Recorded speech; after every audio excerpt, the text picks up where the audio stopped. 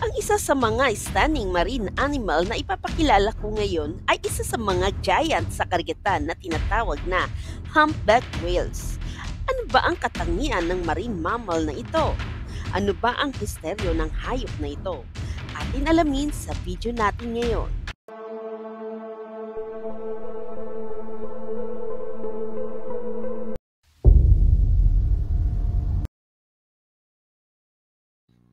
Ang humpback whale kasama sa grupo ng mga balin. Ang mga baleen whales kasi ay kakaiba kung kumain dahil ibinubukan nila ang kanilang mga bibig sa ilalim ng tubig at papasok ito sa kanilang bunganga para mapasama ang mga isda sa kanilang makakain at ilalabas ang tubig galing sa katawan nila at ilalabas sa blowhole nila.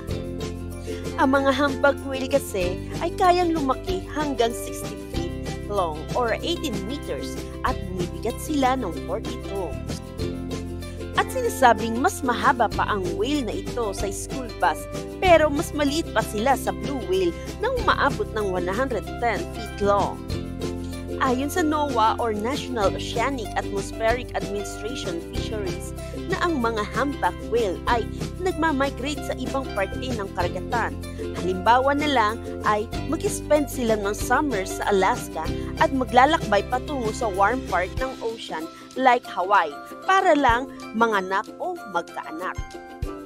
Alam niyo ba na umaabot ng 10 feet or 3 meters long ang bagong silang na humpback whale? Ang mga humpback whale ay kumakain ng 3,000 pounds including krills at small fishes. Ang mga kalalakihan na humpback whale ay kayang mag-create ng kanta na maririnig hanggang 20 miles away. Ang mga tails nila ay humahaba ng 18 feet or 5.5 meters. Ang scientific name ng mga humpback whale ay Megaptera o big wing dahil sa mahabang fins ng mga ito. Kaya nilang lumangoy hanggang 16.5 miles per hour or 26.5 km per hour. At kaya din nilang mag-dive ng 490 feet at tumatagal sila sa tubig ng 5 minuto lamang.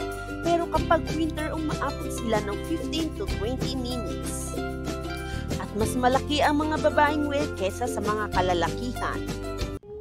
Katulad ng kultura nating mga Pilipino na ang panliligaw noon ay harana, alam niyo ba ganun din ang mga humpback whale? Manliligaw sila sa kapatid sa pamamagitan ng paghaharana. At nagsishare din sila ng mga song sa ibang grupo. Nabubuntis ang mga whale na kababaihan na umaabot ng taon at nagkakaroon sila ng 2 o hanggang 3 mga anak lamang. At higit sa lahat, tumatagal ang buhay nila ng 80 to 90 years. Ang galing, no?